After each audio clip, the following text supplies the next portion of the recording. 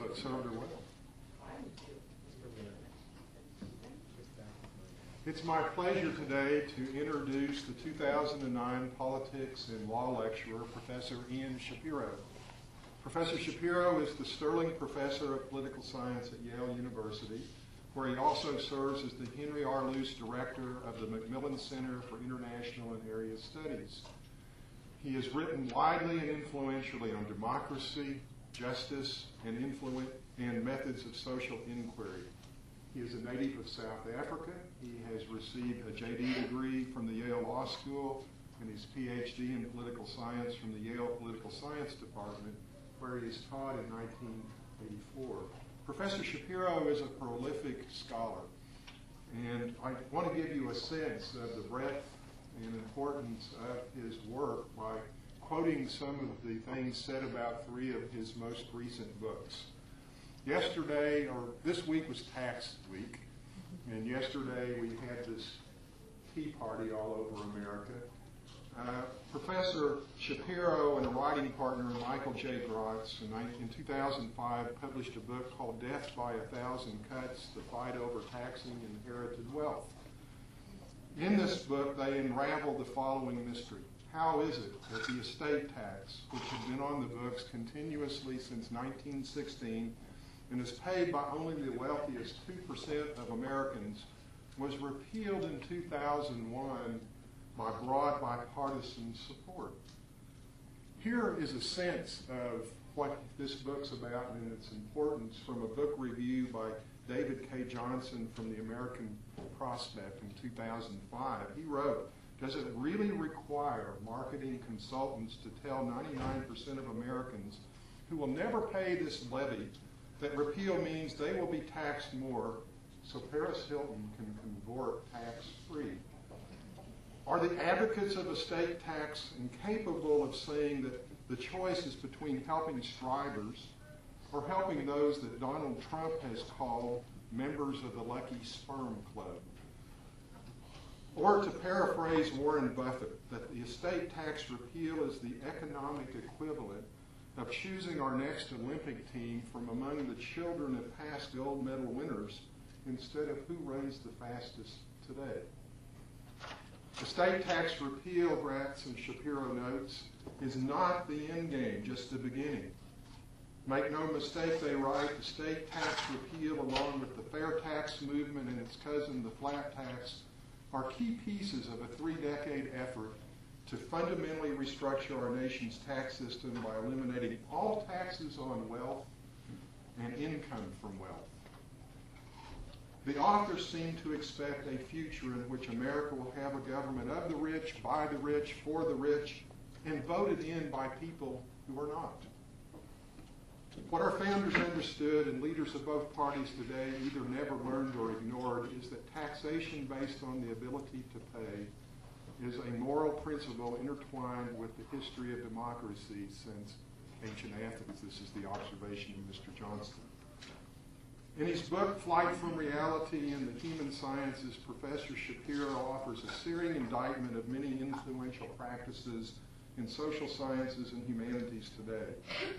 Perhaps best known for his critique of rational choice theory, Professor Shapiro takes on discipline after discipline, and he argues that scholars have fallen prey to inward-looking myopia that results from and perpetuates a flight from reality.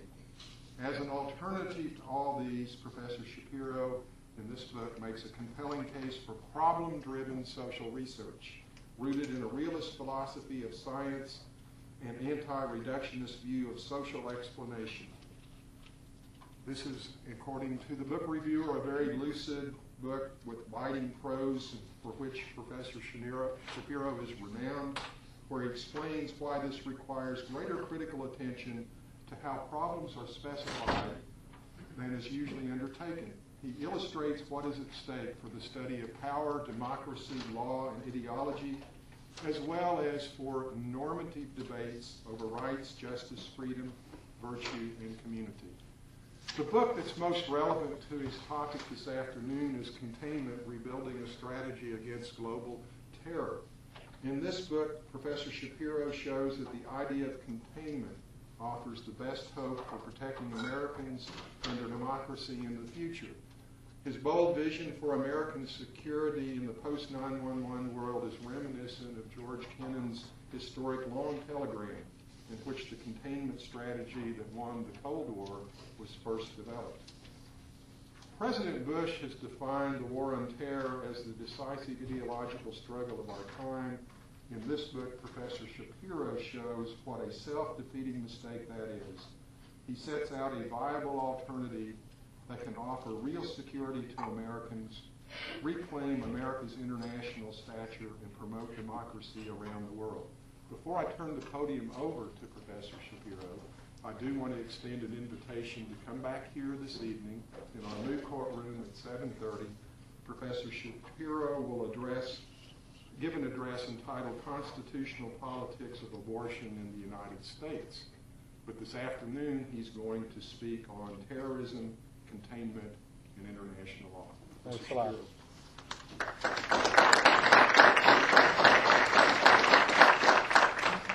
So thank you for inviting me, and thank you for coming today. In September of 2004, I was going to Japan, and somebody asked me if I would be willing to speak to the Yale Club of Japan, which I agreed to do. And I sent along some topics of things I was then working on. And the message came back that no one would be interested in any of those topics. Instead, they wanted me to speak about what the Kerry administration's foreign policy was going to be. This was September of 2004. So I ended up giving a talk about why there wasn't going to be a Kerry administration, which is what my containment book grew out of. And the essence of that argument was that in politics it's extremely difficult to beat something with nothing. And although the Democrats on the Hill and the Kerry campaign had made a number of valid criticisms of what the Bush administration was doing, both domestically and internationally, Kerry had completely failed to develop any kind of alternative vision that people could get behind. Now you might say, well, why is he still talking about this in 2009? And I think that the reason I was speaking about it in 2004 has not gone away, in the sense that I think that what we saw in the 2006 elections and in the recent presidential election was to a very large extent a referendum on the failures of the Bush administration, and not support for an alternative vision put forward by the Democrats in 2006 or the Obama campaign that has just produced the Obama presidency. And you only have to look at today's New York Times to see an article saying that despite differences in rhetoric, there's actually very little change in the Obama campaign's foreign policy from the Bush administration. To see that I don't think there is a compelling alternative vision, and at least to date, the Obama administration seems to me as devoid of strategic thinking internationally as the Clinton administration was before it.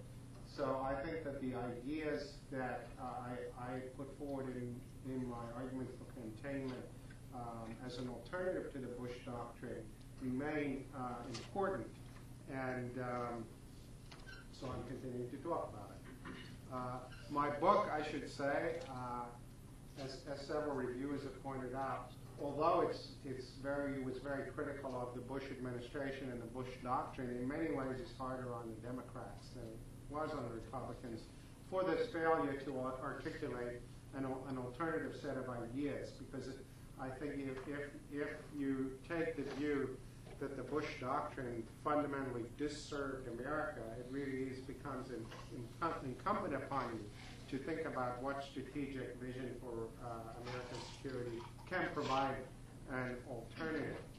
So let's just get a little clearer on the specifics here of what we're talking about. The Bush Doctrine emerged as a byproduct of the war on terror, and gave great impetus to the war on terror that was ushered in response to the events of 9/11. And I think it had 6 main defining features. And I'll just tick them off so that we know what we're reacting against and the alternatives that we're talking about. The first was the notion that nowhere is off limits, that this abandons the idea of spheres of influence, and instead the Bush administration asserted America's right to act in the interests of American national security anywhere in the world. You really have to go back to the Monroe Doctrine of the early 19th century to find anything comparable. In the Monroe Doctrine, we asserted our right to act unilaterally to protect our interests anywhere in the New World, that is in the Western Hemisphere.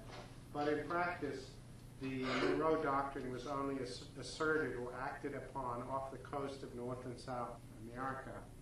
I think it's no accident that the 3 countries President Bush identified in his 2002 State of the Union included one, namely North Korea, as a member of the axis of evil that's 12 time zones away from the east coast of the United States. The only way you could get further away would be by blasting off into space. So the Bush Doctrine, in that sense, is the Monroe Doctrine on crack. Second, I think the Bush Doctrine abandoned the idea that traditional alliances should constrain U.S. action and replaced it with the frankly opportunistic notion of coalitions of the willing. It doesn't matter if you're a traditional ally of ours, it doesn't matter if you're a democracy, and it doesn't matter what your motivations might be for cooperating with the U.S. on a particular strategic objective. All you need to be is willing to participate with us, and that will be sufficient.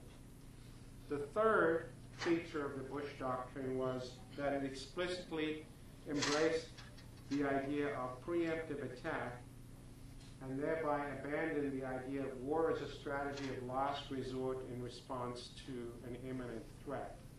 A very different set of justifications for going to war at strong variance with American historical policy and the assumptions in international law. Fourth, the Bush Doctrine contemplated a condition of permanent war. Why do I say that? Well, I think the reason is because many people have pointed out that the notion of a war on terror is something of a misnomer, and that terror is a technique. How can you have a war on a technique?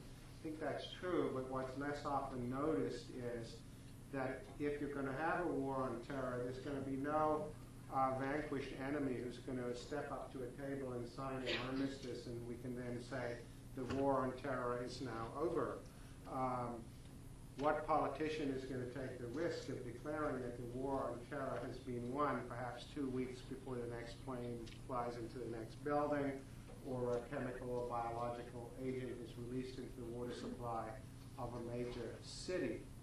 So if we're going to have, we all saw how badly burned President Bush himself was with his mission accomplished banner on the aircraft carrier at the end of what turned out to be the phony war in Iraq. So if we're going to have a war on terror, it's likely to be a permanent war with all the implications for a military-industrial complex and loss of civil liberties that I think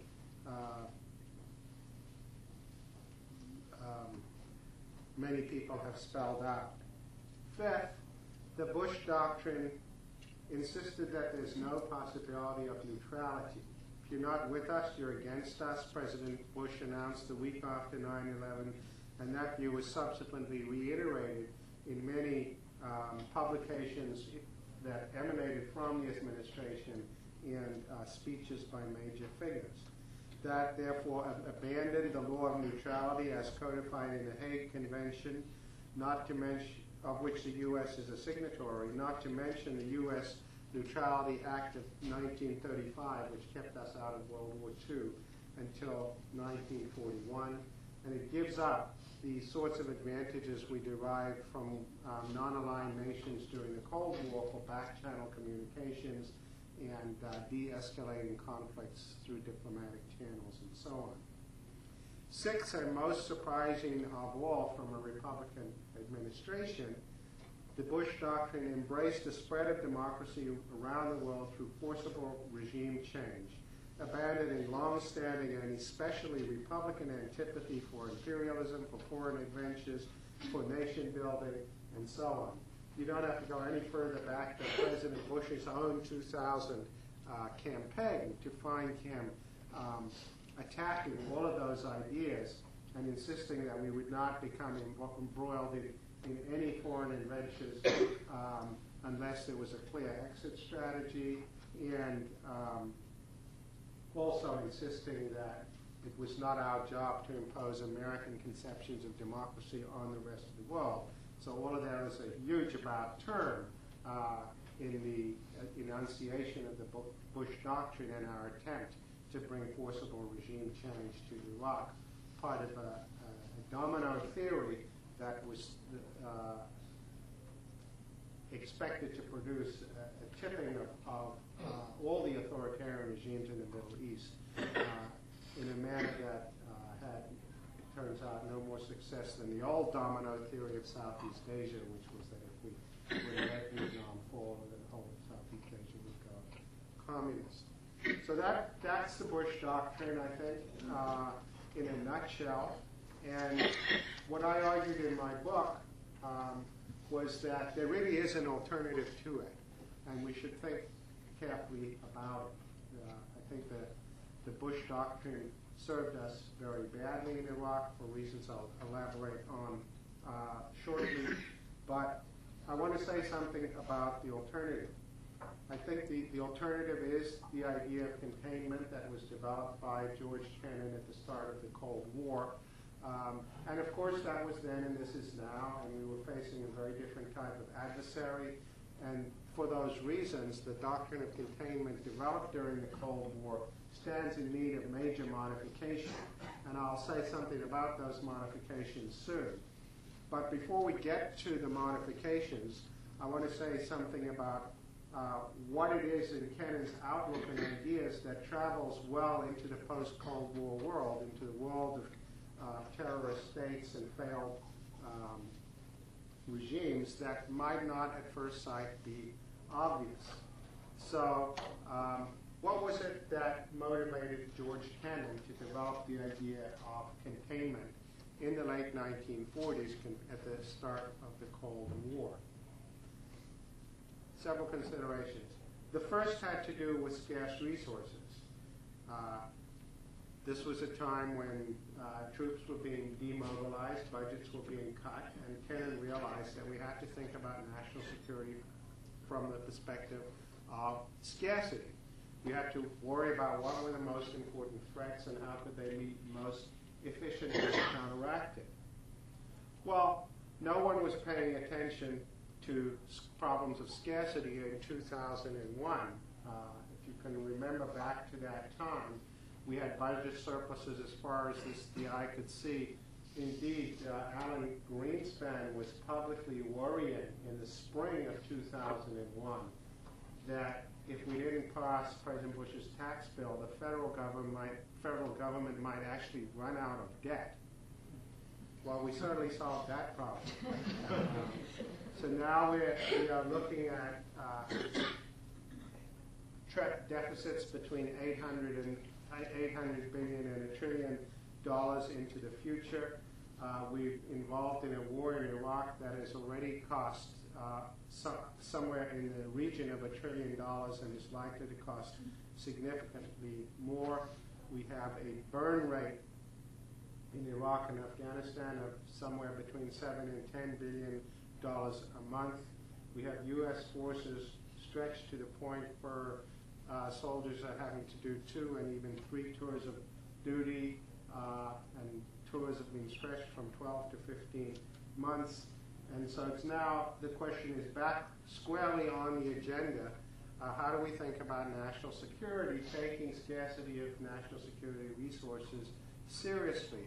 Nobody knows where the troops and resources would come from if the U.S. became involved in another major conflict at the present time. Second consideration of Kennan's was that the best way to spread democracy is by demonstrated success on the ground. He thought that forcible regime change was a huge mistake, and arguing with the leaders of the communist system was a waste of time. They saw everything we said as ideological rationalizations for a system that they despised. And he thought that this is what today gets called the battle for hearts and minds. The way you win that battle is by creating viable, successful democratic capitalist systems on the ground, which would appeal to the populations behind the Iron Curtain. That's why he supported the Marshall Plan and the rapid reconstruction of Japan. He thought that is the way to win the battle for hearts and minds of the populations. I think this way of thinking also travels well into the post-Cold War world. Those who've traveled in places like Iran, and if you look at the public opinion data, you will see that, especially if you look at people under the age of 30, they're very pro-Western in their values and attitudes. Just as it turned out when the Iron Curtain came down, the people in Moscow wanted MTV and Levi jeans. So people in Tehran want access to the internet. They want their kids to be able to travel, and they are looking for the sorts of things that democratic capitalism can provide. And so the mistake is to get involved in ideological banter and wars of words with the Ahmadinejads of this world, which will tend to get them to polarize their populations against the U.S. and instead to keep one's eye on the ball, and in this case it means creating an attractive alternative that the populations can focus on. Third point that Kennan made that travels well into the post-Cold War period was a key distinction between vital and peripheral interests. And this is what he's thinking here, was if you go to war over what is not for you a vital interest, there's a basic asymmetry deriving from the fact that for your adversary it is a vital interest. So they have every interest in prolonging the conflict, in drawing it out, in upping the ante, comfortable in the knowledge that eventually domestic support for your effort will wane and you'll pack up and go home. This was why Kennan opposed the Vietnam War, and what he predicted would happen during the Vietnam War did in fact happen as American domestic support for the war evaporated, and against the advice of the General Westmorelands of this world, eventually the Nixon administration packed up and went home. Westmoreland may well have been right that the war was winnable, but as a practical matter, it turned out to be an irrelevant view. And so a similar scenario has unfolded in Iraq, where American domestic support for this war has collapsed, and the administration will have to pack up and leave. There's a lot of hope, belief, wishful thinking. We don't know. We'll find out in due course how much the surge has worked, or how much the relative quiescence in Iraq is dependent on other things like the Shiite militias being reined in by the Iranians, or very tentative deals that might come undone. But it's clear that America's going to pack up and go home regardless of the situation on the ground, because there isn't the support for it. And so the thought here is, when you don't have vital interests at stake, don't get yourself backed into a war, but pursue your interests by other means: diplomacy, economic means, sticks and carrots, and so on. The fourth feature of Kennan's thinking that travels well into the post-Cold War world is connected to the scarcity problem. And that is that Kennan was of the view that it's impossible for the U.S. to dominate the global security environment. It's impossible for any power to completely dominate the global security environment. So if that's the case, what's the next best thing? The next best thing is to make sure that nobody can dominate the global security environment. And one of the ways you do that is to take advantage of differences of interest among your adversaries. So Kennan was very clear in the Cold War, for instance, that our adversary was the Soviet Union, not something called international communism. It was the Soviet Union, after all, which had missiles pointed at the U.S. and its allies. And he intuited that there were potential conflicts of interest within the Soviet camp that could operate to American and Allied advantage. So he welcomed the rise of Titoism in Yugoslavia precisely because that internal challenge it posed to Soviet hegemony would give them problems that would work to our advantage. So similarly, when we look today, say, at the contemporary Middle East, there are huge differences of interest between Sunni and Shiite, among different kinds of Shiites, between Persians and Arabs. But what we did with the Bush Doctrine was herd them all together as part of this giant axis of evil, and using language that would make the clash of civilizations a self-fulfilling prophecy, with failing to see the differences of interest and agenda among these different groups that could work to our advantage. So the idea is not so much divide and rule as divide and refuse to be ruled, that you create a world in which nobody can dominate by taking advantage of the differences among your adversaries. Fifth point that Kennan made that travels very well in the post-Cold War world was his observation that democratic capitalism didn't face a serious competitive threat from communism. He was convinced that the communist system was fundamentally at its core dysfunctional, that centrally planned economies don't work, and that the imperial ambitions of the Soviet Union itself would lead it to become overextended and eventually to implode. So the thought was all you have to do is contain it for long enough, and eventually it will collapse of its own weight and internal contradictions. We don't need to wipe it out. It's essentially going to wipe itself out. Well, if you look at Islamic fundamentalism today, one of the remarkable things about it is that it, too, poses no competitive threat to democratic capitalism. If you look at the countries in which fundamentalist Islamic regimes have come to power, the most notable thing about them is what terrible failures they have been. They don't have a political economy, so Iran, Afghanistan have been economic basket cases under fundamentalist governance. To the extent they have a model of society, it's based on the 14th century, not the 21st. So this is not a competitive alternative to democratic capitalism, any more than the old communist systems were. So this notion that there's a clash of civilizations, that this is some new alternative competitive threat, I think you only have to turn the headlights up on it for 5 minutes to realize that it's not the case. And so whatever threats do emanate from that part of the world, if they can be managed and contained, are likely to dissipate eventually and go away. I think the sixth feature of Kennan's thinking that travels well into the post-Cold War world is that America did most well during the Cold War period when it followed containment, and most poorly when it abandoned containment. Because containment certainly was not the totality of our policies during the Cold War. I've already mentioned Vietnam, which Kennan staunchly opposed. But if you think about where was it that we followed containment most systematically in the Cold War, it was in Eastern Europe.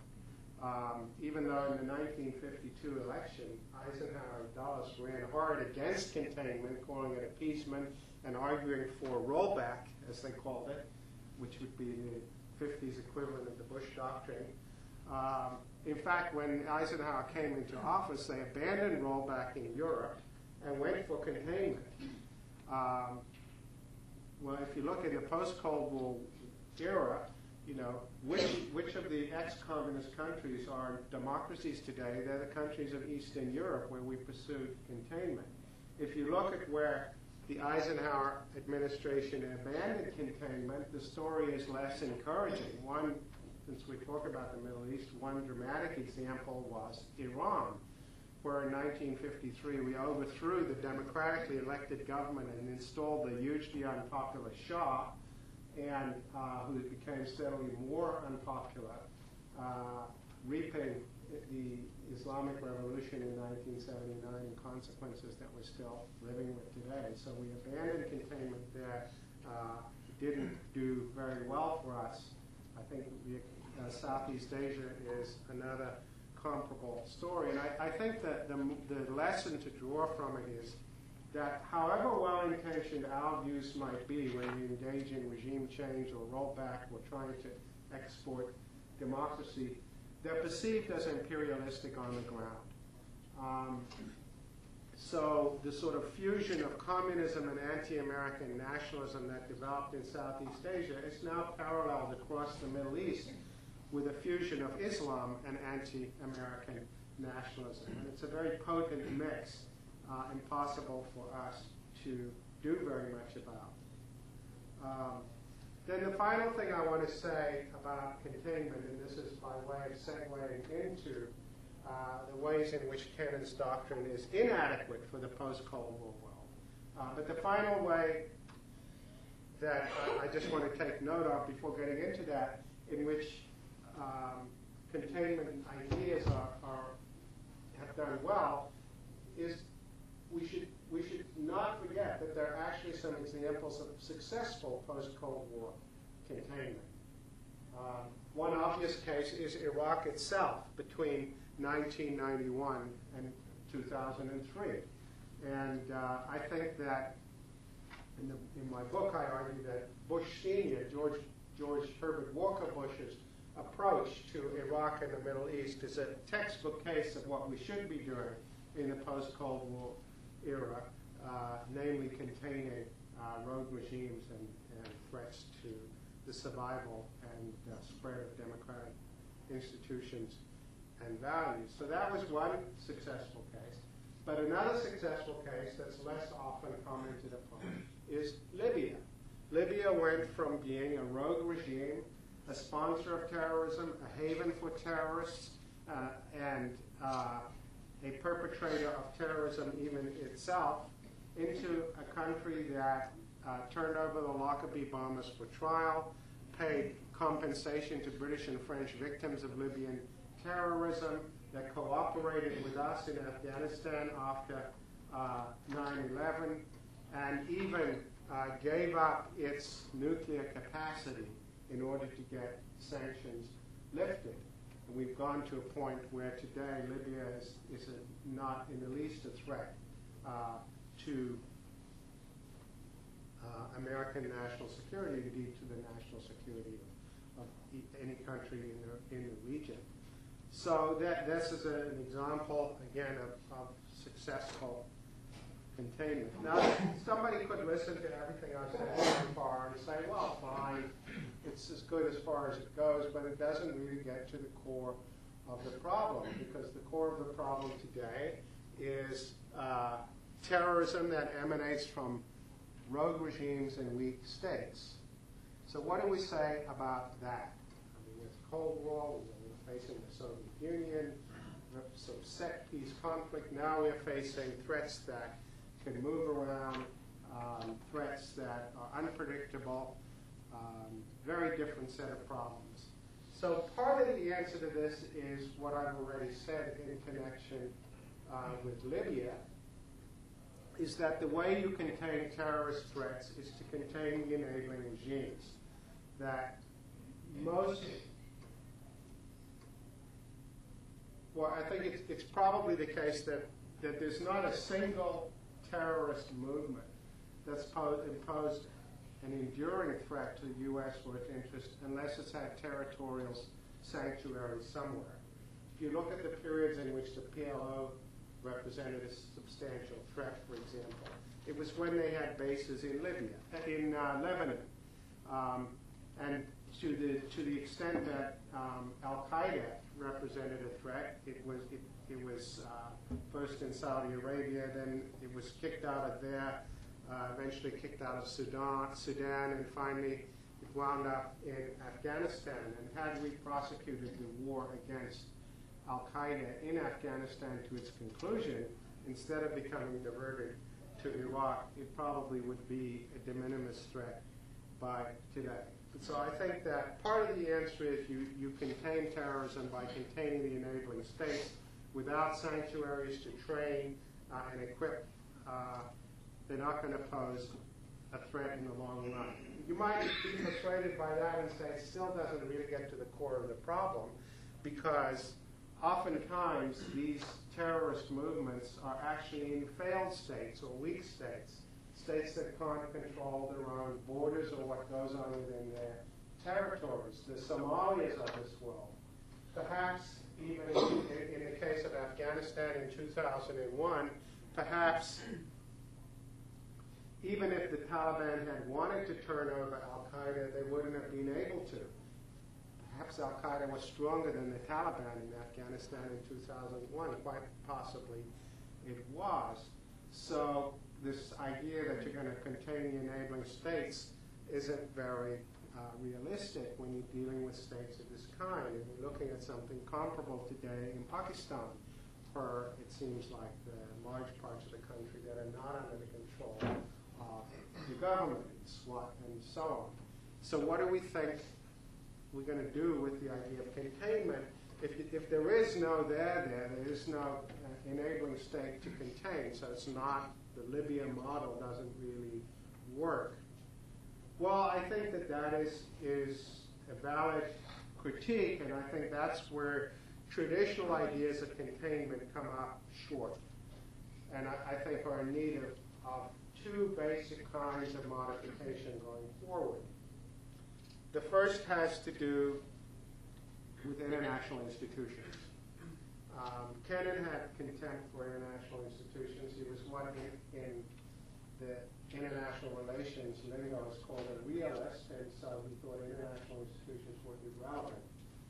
That any serious conflict between the U.S. and the USSR, institutions like the UN would just be swept aside. So he thought there wasn't any reason to pay any attention to that.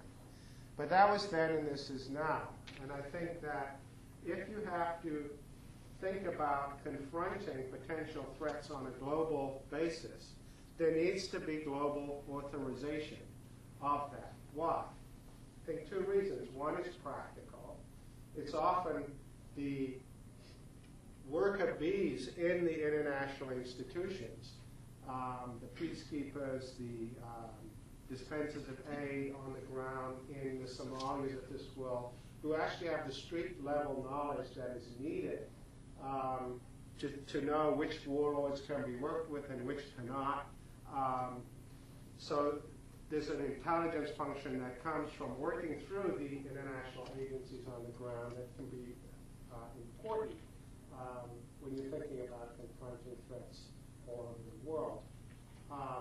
But the real reason, I think, is normative. The real reason is that if you're acting all over the world against potential threats, your actions will not be seen as legitimate unless they're internationally authorized. So if you compare, for example, Bush Sr. Action in Iraq in 1991 on the one hand, or our action in Afghanistan after 2001, with our action in 2003 in Iraq, that's a major, major difference. The first two were authorized through the UN and were widely seen as legitimate exercises of power through mechanisms of international authorization, whereas our invasion of Iraq without international authorization in 2003 was widely seen as a rogue American action lacking in legitimacy. So if you're going to act internationally in the face of threats, it's important to have international authorization. And I think that means international institutions are important. They're important for U.S. national security. This is not to say they're very good. Particularly the UN is in serious need of major reform. I don't think there's any question about that. But the implication for action is that rather than try and cut institutions like that off at the knees, we need to invest seriously in making them more viable and effective instruments for authorizing legitimate international action in defense of American interests. Second major way in which Kennan's ideas are obsolete and need to be updated has to do with regional alliances. Again, he had no time for them. Kennan even opposed the formation of NATO. He thought it would unnecessarily militarize the conflict with the Soviets, and in any case, hamstring American freedom of action in ways that he didn't like. But again, that was then, and this is now. And if we think about the problem being militias and terrorist groups operating out of failed states, and you have to ask yourself the question, how can they be contained? An obvious question to ask there was, well, who has an interest in containing them? You know, now you could say, well, in the medium run, the answer is to turn failed states into viable states, and that means economic development, that sort of thing, which is all fine, but national security policy has to operate in the short run as well as the immediate run, as well as the intermediate run. We have to have a policy for tomorrow where these failed states do exist. And the biggest threat from a failed state, from the perspective of tomorrow, is that it cannot control its own borders. It cannot control what goes on in and out of it. Well, the obvious people who are threatened by that are people in the region, its neighbors. If, for instance, following the American departure, the new Iraqi government is incapable of controlling its eastern and western borders, the countries that have the most at stake here are Syria and Iran. I think this is why the Baker Commission was 100% right in December of 2006 when it reported that the U.S. must start a strategic outbreak to Iran and must cooperate with the Syrians in trying to stabilize the borders of eastern and western southern Iraq. The reality of it is that the countries in the region not only have the most at stake, they're also the potential spoilers of your policy. The notion that we could stabilize Iraq's borders without the cooperation of the Syrians and the Iranians is really not serious. So this means regional alliances, and it means work. I think Colonel Nunez at the National War College, I think, has written most eloquently about this, the need for NATO-like organizations on every continent, not necessarily American-led by any means, but organizations that would be involved in stabilizing the borders of failed states. It's obviously potentially a huge problem in post-occupation Iraq, which has, however many failed states there were in the world before we invaded Iraq. There's certainly one more now. There might become 3 more if the country breaks up, as is quite possible. So what does this mean in practice? I think working with the Syrians is comparatively easy. The Syrians have been cooperative with us in the Middle East since the 1970s, when Henry Kissinger invited them into Lebanon to help stabilize the situation. They only really became adversarial in the run-up to our invasion of Iraq when they believed that they were likely to be next. For the most part, Syria has been a status quo power in the region since the end of the Yom Kippur War in the mid-1970s. I can talk more about Syria if people want, but the elephant in the room is clearly Iran. What do we do about Iran? Iran has been the big winner of our actions in the Middle East over the past 6 years. We massively have strengthened them. First of all, by the colossal display of American weakness in Iraq, which has made it clear that we couldn't possibly invade Iran, which wasn't clear before.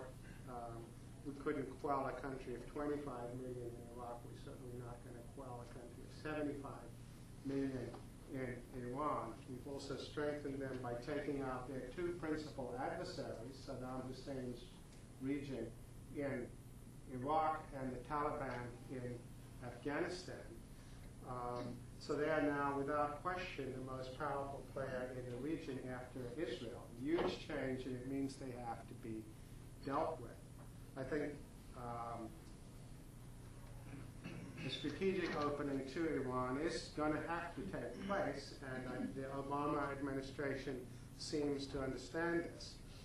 People have been very critical of that idea, including John McCain during the election campaign, consistently saying we shouldn't talk to the Iranians without preconditions and so on. But it seems to me that Iran has many common interests with us in the region that could be taken advantage of. They're largely a status quo power. They haven't been at war. They haven't initiated a war with any country since the 18th century.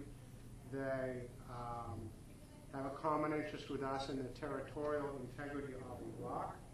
If Iraq breaks up, the problems they will have with their own Kurdish populations in the north will be huge, not to mention refugee crisis of enormous proportions. They'd be much better off with a democratic Iraq dominated by Shiite parties. I think they also have a common interest with us in not seeing a return of the Taliban to power in Afghanistan. So Iraq has many reasons to want to cooperate with us. Does this mean that they're not trying to develop nuclear weapons? No, I think they probably are trying to develop nuclear weapons, and we're going to have to do everything we can to arrest that development. But I think the notion that we should attack Iran makes about as much sense as it would have to have said we should attack China in the 1950s because they were developing nuclear weapons. And I think the example of China during the Cold War is instructive because just as our strategic opening to China was part of our policy of containing the Soviet Union, that didn't mean we didn't also have to contain China. So policies of containment can operate in tandem with policies of engagement precisely because with these countries you have some common interests and some adversarial interests, and it's the work of diplomacy, it's the work of the diplomacy of containment to manage those conflicts of interest and commonalities of interest so that they redound to your own strategic benefit and security. So I think that is the second area in which containment needs to really be replaced by doctrines of regional alliances and regional cooperation to deal with the consequences of failed states and the threats that they pose for us. So I'll just conclude by noting that it's something of an irony that in the two areas where Kennan was wrong as far as the post-Cold War world goes, namely the importance of international institutions and regional alliances, those were the only areas in which the Bush administration and the Bush Doctrine actually chose to follow his advice.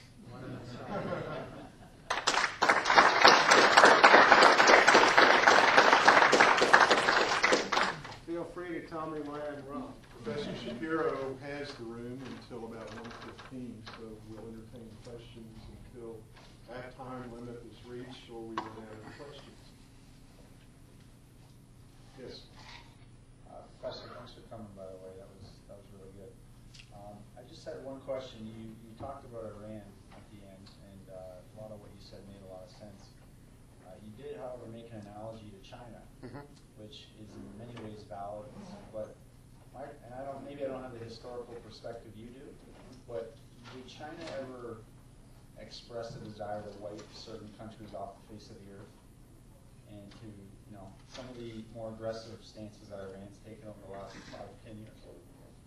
Well, I think Kennan's message with respect to whoever you're dealing with is look at what they do, not what they say.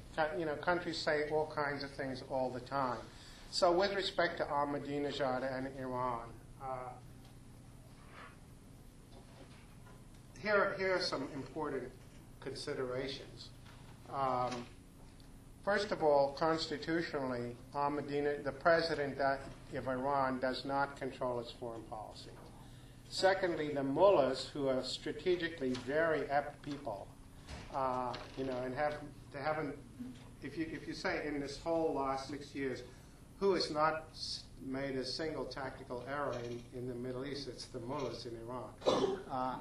They are aware that a lot of what Ahmadinejad has done is a liability, and they've done certain things to curtail that. For one thing, they publicly admonished him for his statements about the Holocaust, and therefore diminished his authority.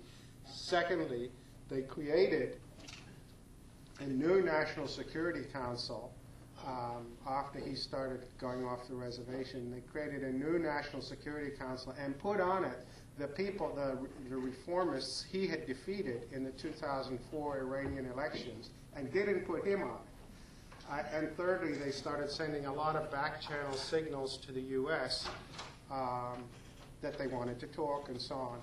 So that those, now you can put whatever weight you want on those kinds of actions, but they didn't do them for no reason at all.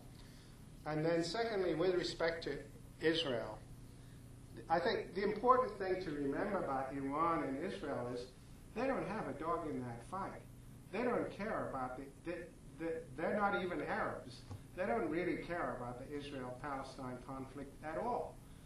It's largely tactical value for them to, mobilize support for their own grassroots and play into this clash of civilizations, which we also play into. But if you take a sober look at it, Iran has nothing at stake in who wins in the Israel-Palestine conflict. So there's no reason to believe one couldn't work with them around those things. Yeah. So you're saying that, sorry, just to follow up, that sure. You're implying he has no sort of control over the nuclear program or the military or anything? Who? Ahmadinejad. He doesn't control the nuclear program. I mean, well, I shouldn't say that. To the degree it's domestic energy, he may have some role in it, but he doesn't control he constitutionally does not control their foreign policy. The mullahs do. Yes. You spoke about containment in Libya. Yeah. Do you think that part of the reason that containment in Libya worked was because the U.S. had shown a presence in Iraq, and then in Afghanistan at the same time, so that Libya felt that they were... Well, that's commonly said. It's commonly asserted that they gave up their weapons because we invaded Iraq. But I think it's doesn't square with the facts. So Flint Leverett, who was the administration's negotiator with the Bush administration's negotiator with the Libyans, himself has written that they wanted the deal on the nuclear long before we invaded Iraq. Indeed, if you go back, the Libyans were offering this deal to the Clinton administration. And Clinton just blew them off because he thought the threat was de minimis. The Libyans have been knocking on the door since the late 1990s. And if you want the chapter and verse of this, it's in my book. But you know, the truth is, Iraq was not the model for Libya. Libya should have been the model for Iraq. Questions? I just want to say, I've listened to a lot of foreign policy lectures, and whether you agree with Ian Shapiro or not, I mean, you have to admire this wonderful manner of dissecting the policy. I don't think I've heard it better expressed, with the possible exception of when my colleague Dalpan Mishra gives a public talk about Bob Dobbs. I just thought that when you go out this way, you should, all those people enjoying the sunshine should regret they're not here listening to this. But I have two kind of speculative questions. You choose to answer either or none, which is one: why partisan political question? Why is the Democratic Party constitutionally incapable of developing a coherent national security strategy? And then two, of course, the issue of the what-if scenario in Pakistan, where India is obviously the country of most concern. The worst thing that let's say Pakistan becomes a quasi-failed state. How do you envision that exactly? Okay, so first the Democrats and then the Pakistanis. Wow. I had a dog in that first time. Yes, why can't those Democrats do it? So, this is actually, there's a whole chapter in my book about the Democrats, and Death by a Thousand Cuts is also a book about the failure of creative imagination of the Democrats. Mm-hmm. The short answer is this. If you go back to the 1970s, in the 1970s, the Republican Party was in complete disarray. The Nixon administration was falling apart. They had completely lost any hope of getting control of Congress. And a number of conservative intellectuals decided the important thing to do was to rethink conservative principles for the medium term, not for the winning the next election, but for the next 2-3 decades. And they were the people like Fulner and others that poured huge amounts of money into Heritage, into the AEI, into the Cato Foundation, with the express purpose of rethinking conservative ideas from the ground up and coming up with a viable ideology that could revitalize the Republican Party. And they were very smart and very well funded and very good at it. And in domestic policy, they came up with a whole series of proposals that they designed basically to undo the New Deal consensus and roll back the state and have, you know, fundamentally restructure the system of taxation in America. And when they got their chance in 1994, when they came in on Capitol Hill, you know, Newt Gingrich set himself up as a kind of prime minister, and they went at it, and they had a hugely successful run.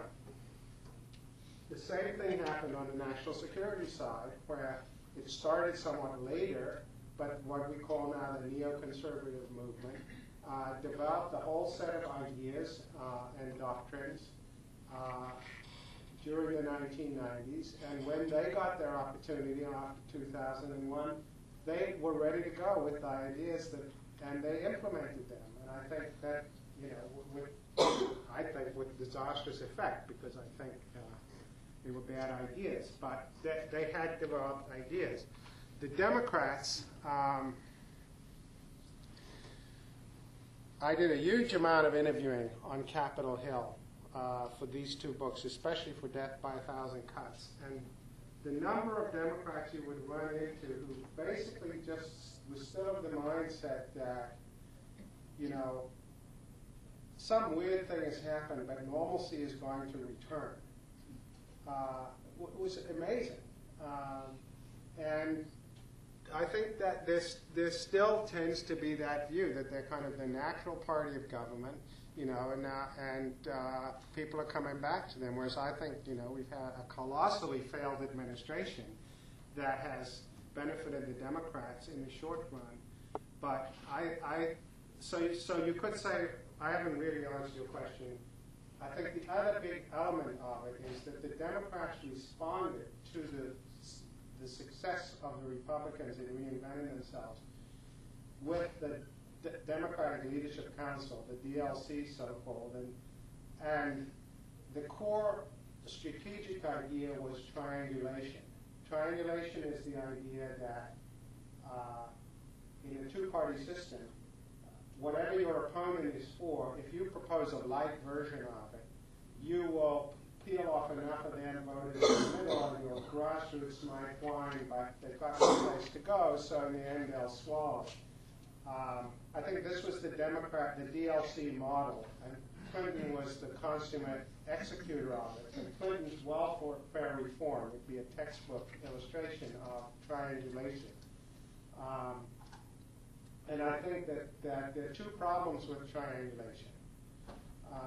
One is that it's good tactics and bad strategy.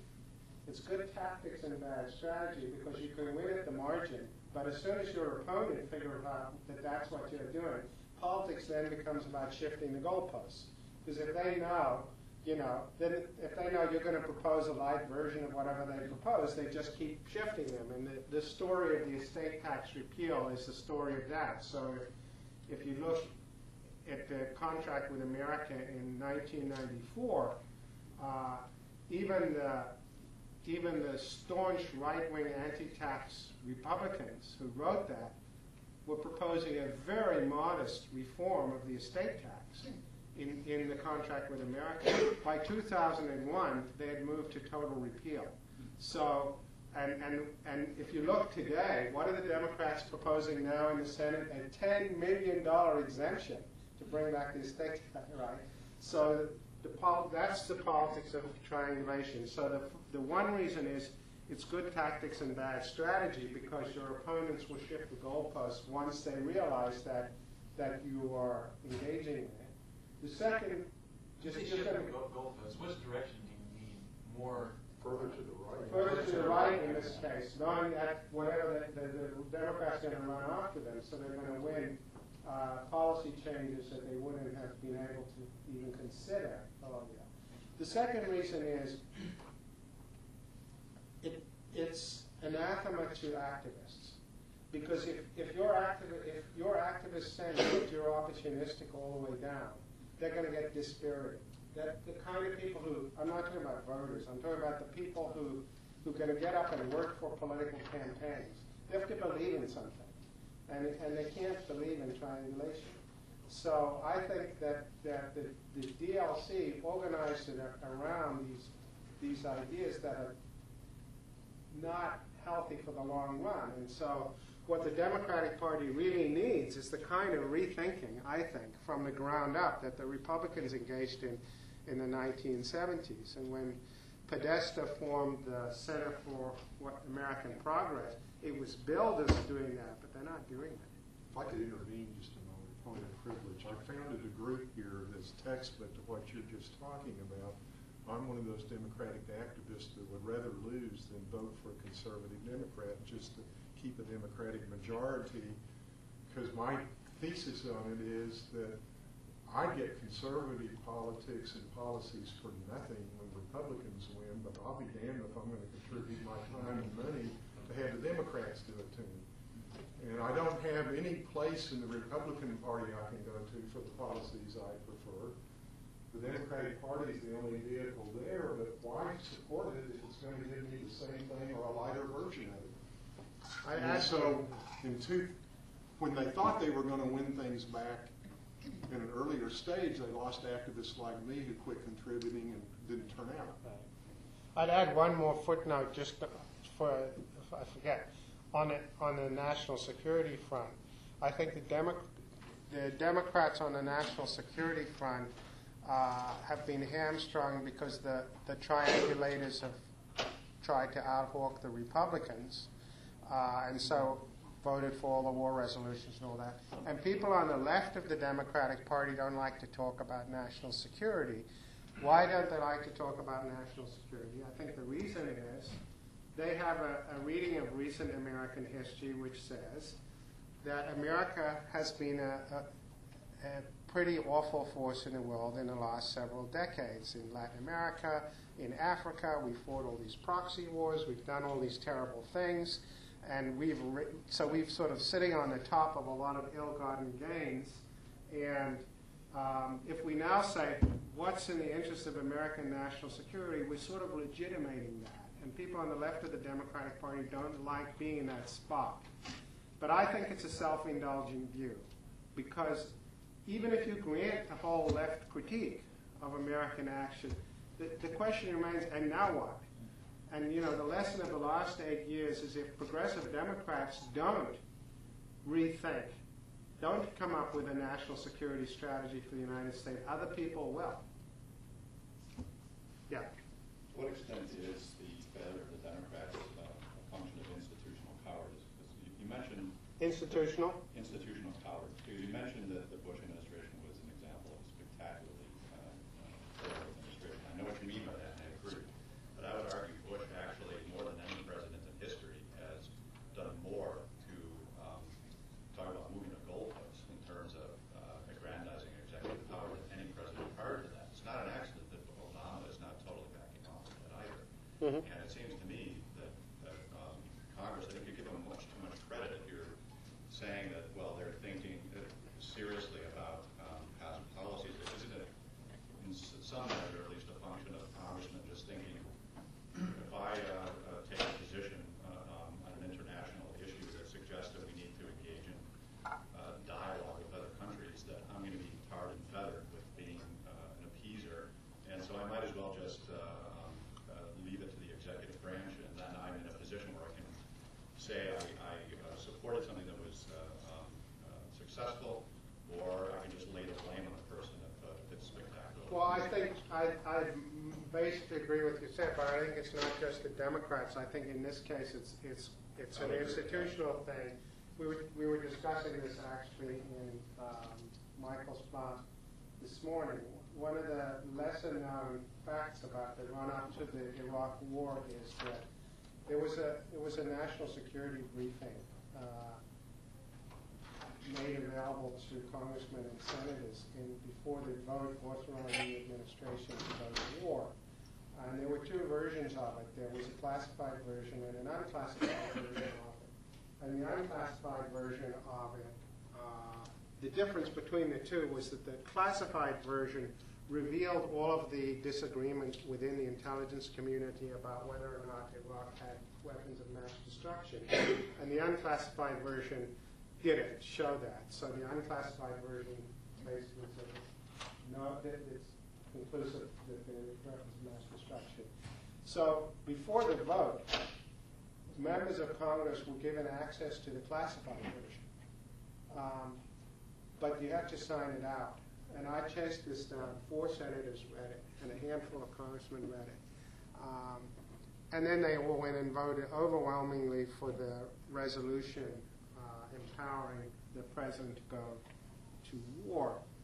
Now, what's going on there institutionally? I think what was going on there institutionally, and people said this to me informally, was they wanted it to be Bush's war, because if it was successful, they could get credit for having supported it. People forget that the vote on the 1991 war was very divided.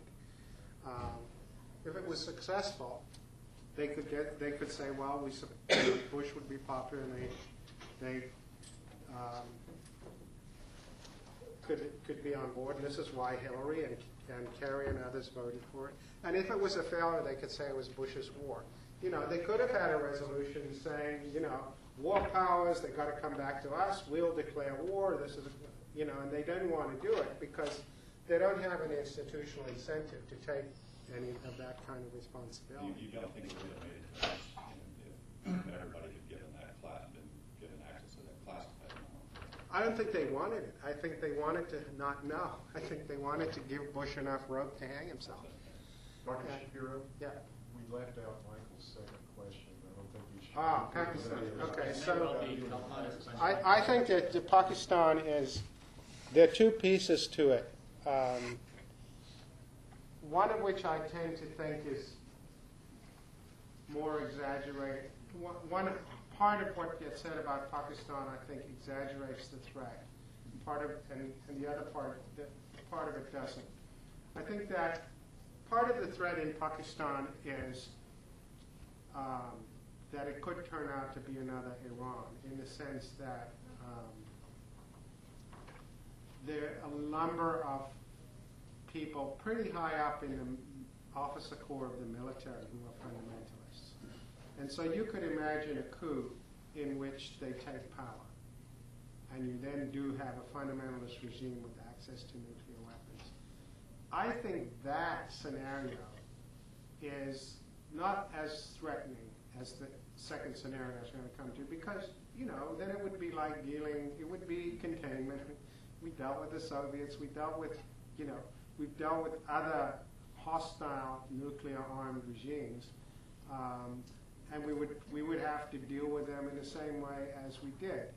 I think that this more frightening scenario is the failed state scenario, and certainly in SWAT and areas of Pakistan, whoever the regime is, whether they can control what's going on in their territory. So then the question becomes, well, how important is it that there might be militia groups running around Pakistan that the Pakistani state cannot control?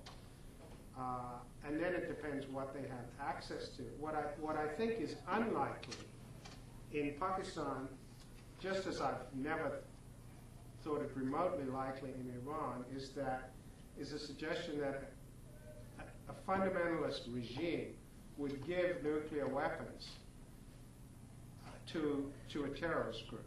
I think it just doesn't compute.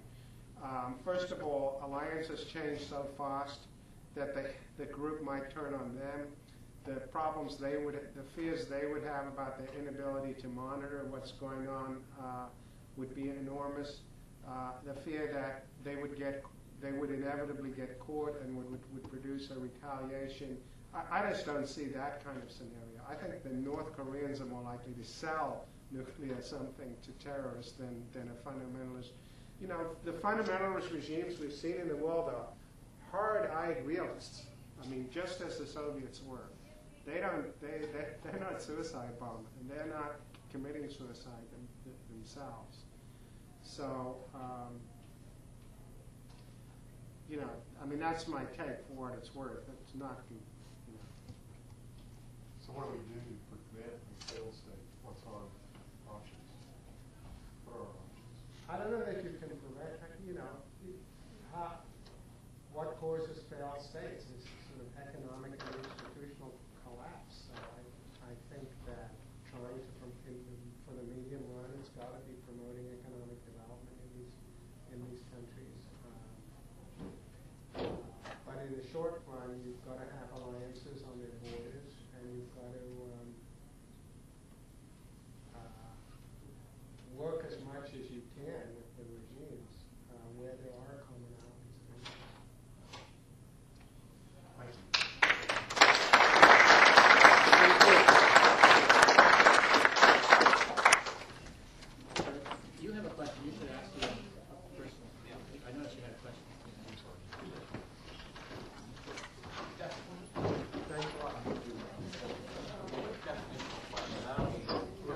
Definition of the Bush Doctrine. The first prong, and correct me if I'm not restating it properly, but it's about the time of the sphere of influence and the extension to right, and that was that everybody had to have American interest anyway. And my question is, Bush is, I understand it's an extension of this notion of protecting American citizens and property, but that anywhere in the world, but that extends back to the 19th century, as I understand it. I mean, the most direct hand that I think of is the Somali invasion that Bush won, and has continued to play.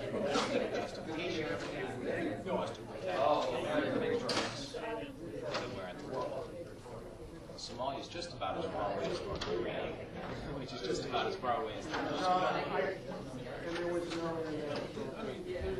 Well, part of it was to protect humanitarian forces on the ground, but no international military justifications. No, it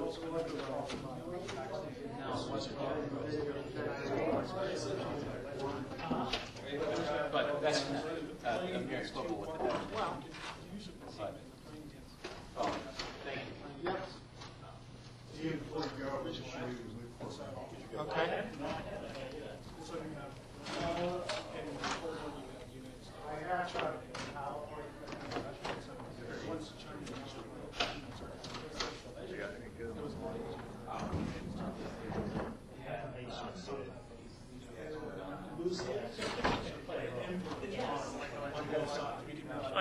Good as in free, then yes.